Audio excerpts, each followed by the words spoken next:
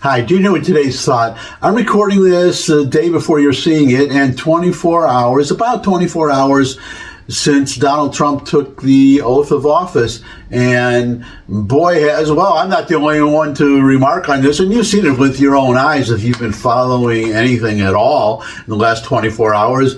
He's been a whirlwind of activity, done so many things, and I'm just going to mention one. If you are, as I am, one of the greatest things that he's doing is that we finally have a president who is going to attack and reduce the administrative state. These are all these agencies that, starting, I guess, with Roosevelt, FDR, created all these agencies where Congress, they create an agency to do this or the other thing, and then they always have this little clause in the legislation that creates the agency, blah, blah, blah, agency shall have the power to write or to create regulations to impose this law, or whatever, to fill whatever goal the Congress has created the agency to do. And what the result always is thousands and thousands of regulations. That these are not laws,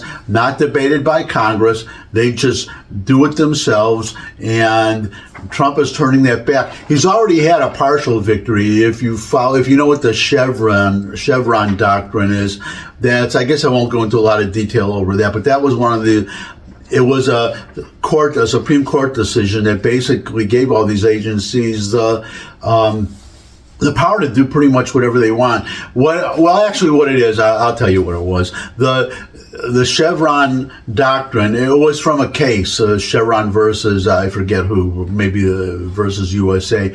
But the idea was that what the opinion said was that if there is an ambiguity in a law that Congress passes regarding the purview of an agency, the agency can interpret that law any way the agency wants to, as long as the interpretation is reasonable. Now, the problem with that is there may be other interpretations that are equally reasonable, but what it basically did was what should happen if there are two interpretations of a law. It goes to a court, and a court decides. So what happened is basically the Supreme Court allowed, they themselves and then lower courts to abrogate their responsibilities to adjudicate these disputes and just say whatever the agency says that's that interpretation, if it's quote unquote reasonable, then that is the one that controls. So the Supreme Court, because the reason I mention this now is because Trump appointed the justices that provided the majority to strike down the Chevron doctrine. So that was one way of restraining and restricting and reducing the administrative state. But now Trump is going farther, and just in the first 24 hours. So he's going to speak in a moment, but I just want to share you this one headline just from this morning. Trump announces purge of over 1,000 Biden appointees. You're fired. So there you go. That's a good thing he's done right there. Now, I guess the question would be, it just occurs to me, is Trump going to replace these 1,000 employees with another 1,000 employees? Then it's a wash, except that he's going to have people that will actually do their jobs, meaning do what Trump was elected to have occur as his policies.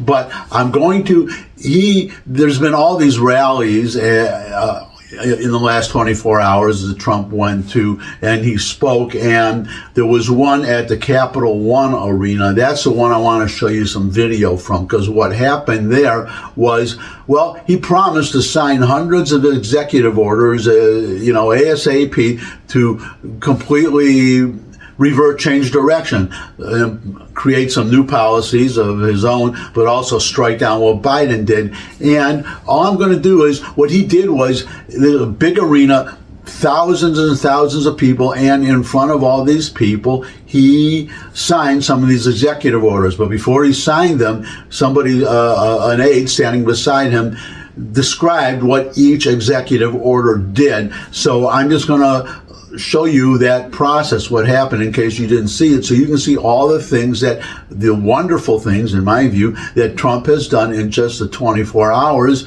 And, well, Lord knows what he'll do. He's got 4 more years, minus 1 day, ahead of him. So we'll see what he does. But, and we take a page out of Biden's book with all these last minute pardons. Trump could be doing stuff, I hope, all the way up until the last minute that he's in office. That was a lot to look forward to. We'll have to see how it turns out. But right now, here is Donald Trump signing these executive orders, and I hope, well, I trust if you are a small government conservative, you will enjoy what you see as much as I did.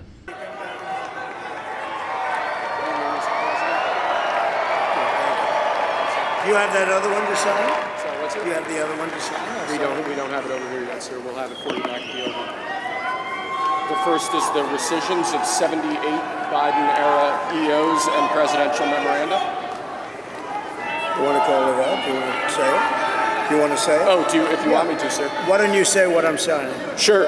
The first item that President Trump is signing is the rescission of 78 Biden-era executive actions, executive orders, presidential memoranda, and others.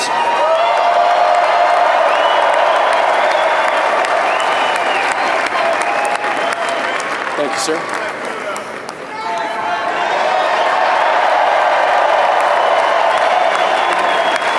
Thank you. The second item, President Trump, is a regulatory freeze, as you announced in your speech, preventing bureaucrats from issuing any more regulations until we have full control of this, the government and this administration.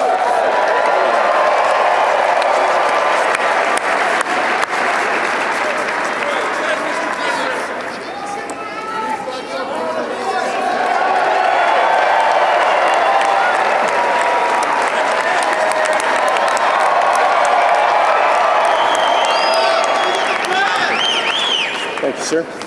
Sir, can I have a pen? The next item, sir, is a freeze on all federal hiring, excepting the military and a number of other excluded categories, again, until full control of the government is achieved and we understand the objectives of government going forward.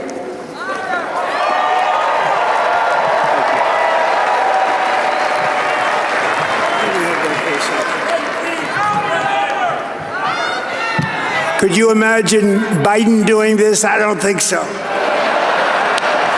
I don't think so. Sir, the next item, as you announced in your speech, is a requirement that federal workers return to full-time in-person work immediately.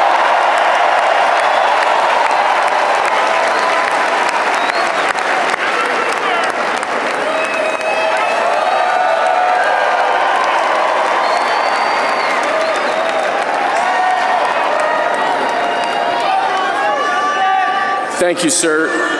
Next, we have a directive to every department and agency in the federal government to address the cost of living crisis that has cost Americans so dearly.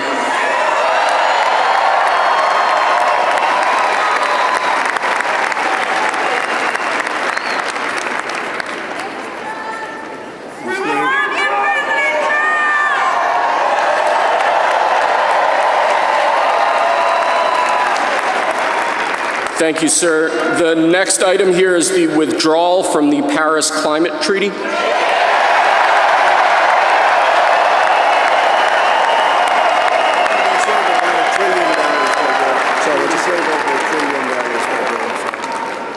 Yes, sir.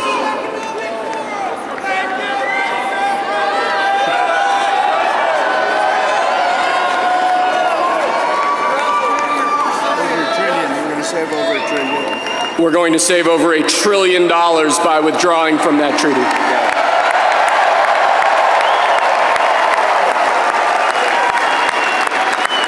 And the next item, sir, is a letter that will be transmitted to the United Nations explaining that we are withdrawing from the Paris Climate Treaty.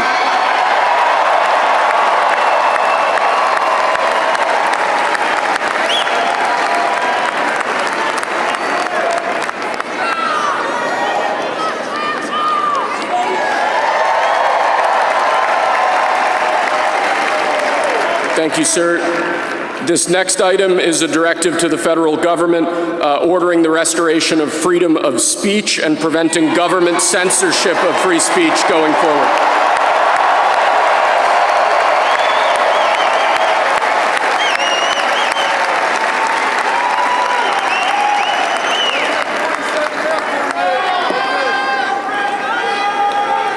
And lastly, sir, before we go back to the Oval Office to sign a large number of other items, is a directive to the federal government ending the weaponization of government against the political adversaries of the previous administration, as we've seen.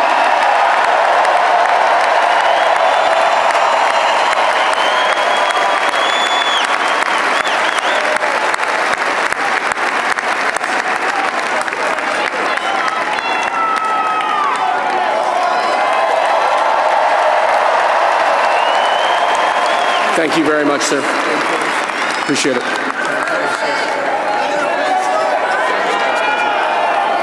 Pretty fun job.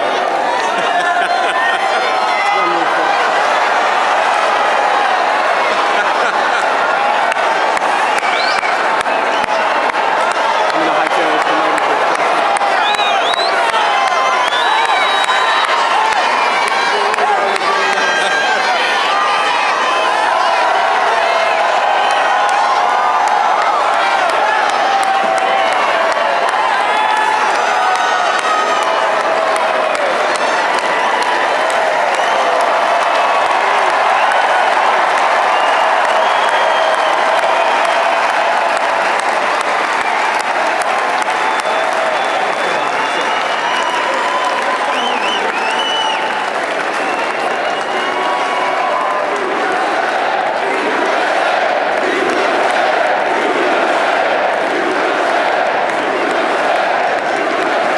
Like I said, off to a great start.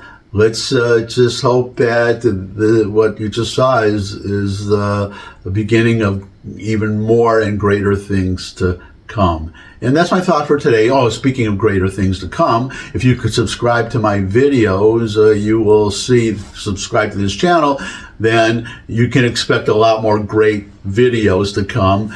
But in any case, your comments always welcome in the comments section below the video. Share this video with anyone you think would benefit from it. But most of all, come back and see me again. I would love to see all of you again. And until I do see all of you again, bye.